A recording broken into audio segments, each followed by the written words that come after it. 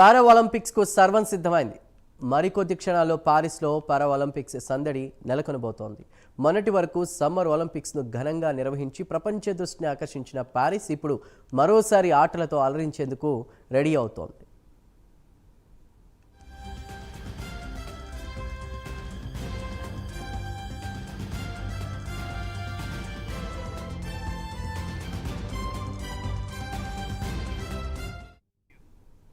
విధి వంచిన తలవంచని ధైర్యం, వైకల్యం సవాళ్లు విసిరిన అచంచల ఆత్మవిశ్వాసంతో వాటిని అధిగమిస్తూ వీధిలో గెలుపు గీతం వినిపిస్తూ అణువణువున స్ఫూర్తిని నింపే విశ్వ క్రీడా సంరంభం పారా ఒలింపిక్స్ నేడు తెరలేపనుంది.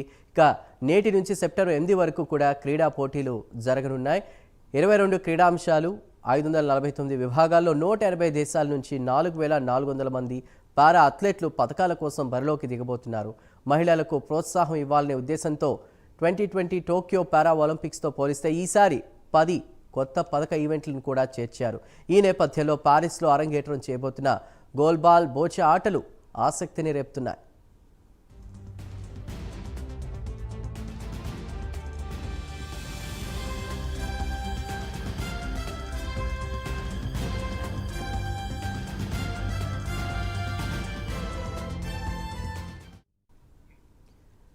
పారిస్ పారా ఒలింపిక్స్లో భారత్ నుంచి 84 మంది అథ్లెట్లు బరిలో నిలిచారు.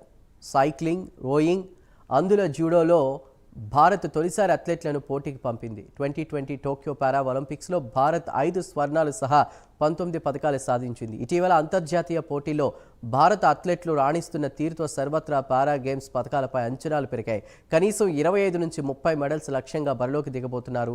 ముఖ్యంగా ఆర్చరీ, అథ్లెటిక్స్, షూటింగ్లో ఎక్కువగా ఆశిస్తున్నారు. ఆరంభోత్సవంలో భాగ్యశ్రీ జాదవ్, అథ్లెటిక్స్ సుమిత్ ఆంటిల్ భారత పథకదారులుగా వ్యవహరించనున్నారు. చైనా అత్యధికంగా 282 మంది అథ్లెట్లను పోటీలకు పంపుతోంది.